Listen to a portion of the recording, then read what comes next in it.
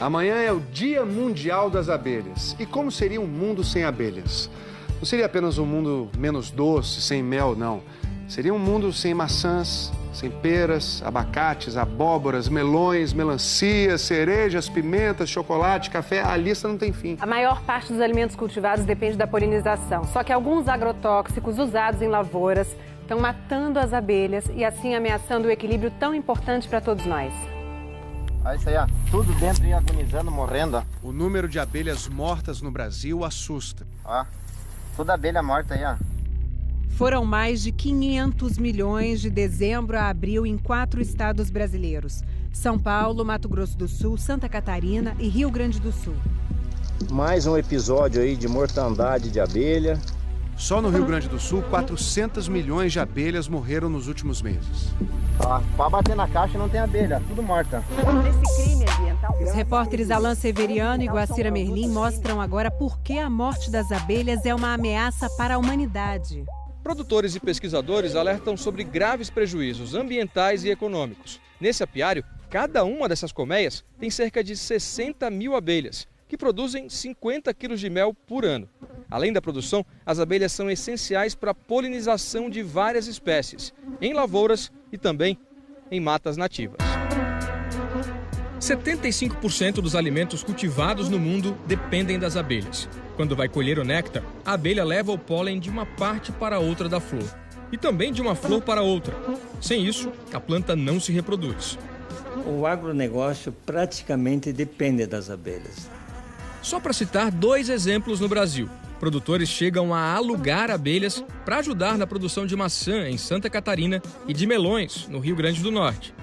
É o homem que está provocando essa mortandade, mais do que nunca vai criar problemas para nós mesmos no futuro. Tem países que eles sofrem muito com um parasita, o anosema, que é um fungo que ataca as abelhas, mas o que mais ataca nossas abelhas, o que mais agride as nossas abelhas são aqui no Brasil os agrotóxicos.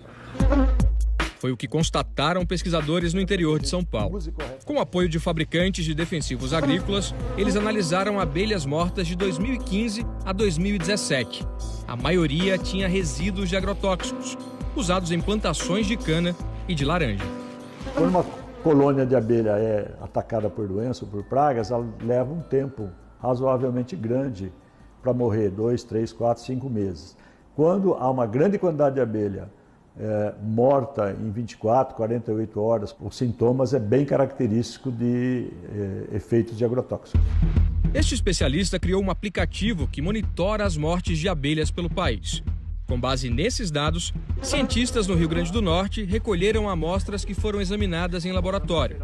Concluíram que em 4 anos, em 18 estados, 2 tipos de inseticidas mataram 770 milhões de abelhas.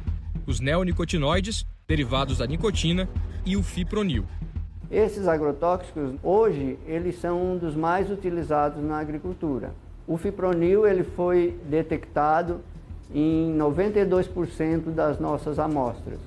O número pode ser maior. A Secretaria da Agricultura constataram traços de veneno em 300.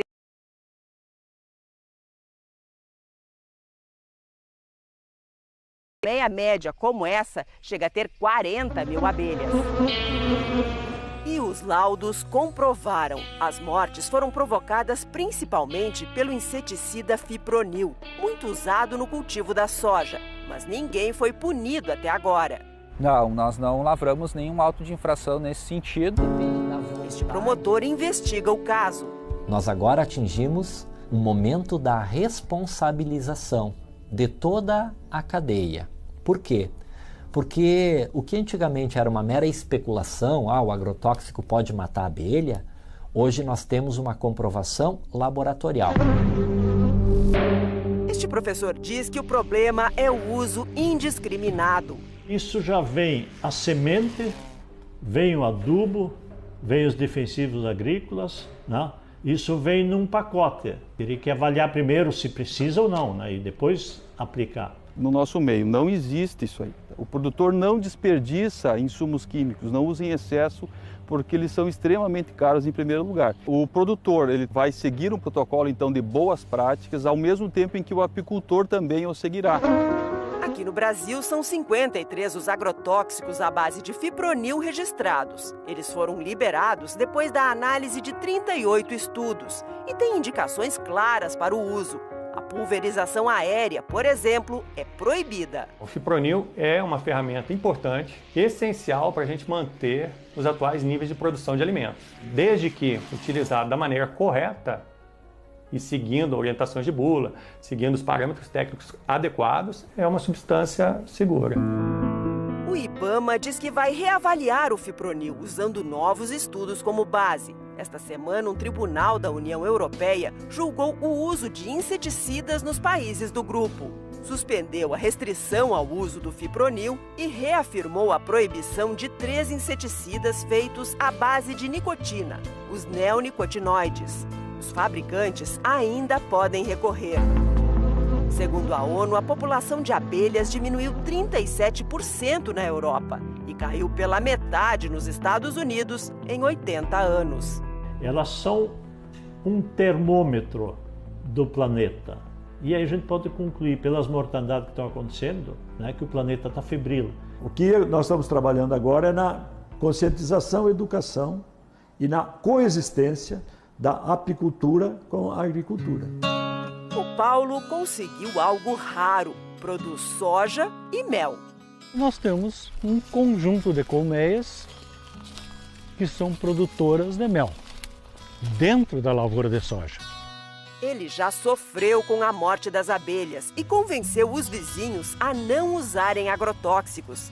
No momento que nós conseguimos conscientizar os produtores rurais que eles, preservando as abelhas, vão ter um ganho, automaticamente nós estamos ganhando junto. Então é um jogo de ganha-ganha, ganha a natureza, ganha os apicultores e ganha o produtor rural. Então acho que o entendimento que a abelha tem com as flores deveria servir de modelo para o entendimento entre as pessoas.